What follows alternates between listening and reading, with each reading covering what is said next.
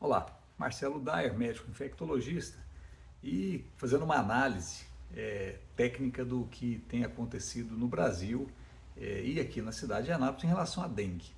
A gente sabe que tecnicamente o controle da doença, da dengue, se passa pelo controle do vetor, principalmente. Então, dengue é uma doença transmitida por um mosquito, é uma arbovirose, e esse mosquito, o Aedes aegypti, transmite, além da dengue, algumas outras doenças, né, como zika, chikungunya e febre amarela.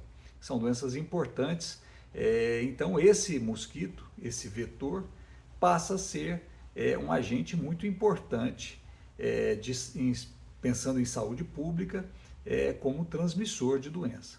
E o controle desse vetor, ele é uma das estratégias e talvez a principal estratégia para o controle da doença. Então nós temos que tentar fazer o controle desses vetores. E o controle se passa principalmente pelos reservatórios, né, pelos criadouros desse mosquito, né, de larvas e ovos.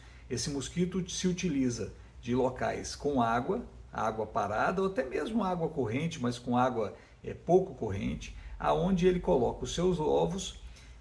Uma característica, né? Esses ovos ficam na lâmina d'água. Então ele coloca os ovos próximo à lâmina d'água porque esses ovos precisam da água para poder se reproduzir.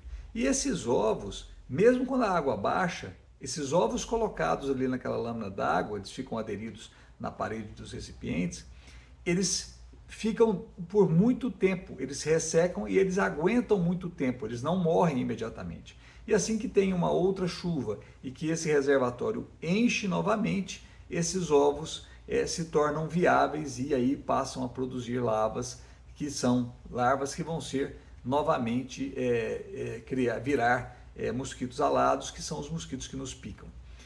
Uma outra característica é o mosquito infectado, ele coloca os ovos já infectados. Então esses mosquitos novos já nascem, né? Essas larvas já nascem infectadas com o vírus da dengue, aumentando mais rapidez na transmissão da doença.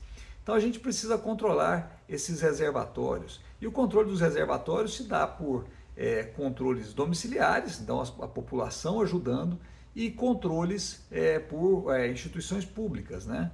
Então os gestores precisam mobilizar a sua equipe, mobilizar, seja por educação, né? Então campanhas educacionais, campanhas de orientação, seja por agentes comunitários de saúde ou agentes de endemias que fazem as visitas nos locais, pelo menos fazendo a reportagem ou avaliando o que está acontecendo e informando para os órgãos competentes. Então a gente precisa entender que, apesar da maioria dos reservatórios serem localizados dentro das residências, o poder público tem um papel importante na orientação e na ajuda do controle dessas doenças. Os outros 25% estão em terrenos baldios, estão em terrenos abandonados, estão em locais que são locais públicos, teoricamente. Então a prefeitura também tem papel nesses 25%. Então a gente precisa que, outra coisa que a gente precisa entender é que a gente não faz o controle imediato no momento de epidemia. Então, no auge da crise, eu querer controlar ou eliminar os reservatórios, eu vou fazer o trabalho, mas vai ser chovendo molhado. Então, o que a gente precisa é criar a mentalidade de educação continuada, de trabalho contínuo. Então, isso tudo deveria estar sendo pensado lá atrás, em maio, abril, maio do ano passado, quando a gente percebeu que poderia haver crescimento, e já tinha havido crescimento de casos, principalmente de número de óbitos. Lá atrás eu deveria começar o trabalho. E aí esse trabalho ser continuado e ser perpetuado, né? Então tem um momento de epidemia, eu volto, mas eu mantenho a conduta de orientação e de proteção da população. Então isso tudo é importante, as pessoas precisam entender, e o poder público também, da importância do papel do poder público na conscientização e na orientação da população, buscando alternativas, seja com vetores, né, com mosquitos modificados, seja com mosquitos infectados, mosquitos irradiados, mosquitos geneticamente modificados. Existem já várias pesquisas com esses tipos de mosquitos, sejam com armadilhas para os mosquitos.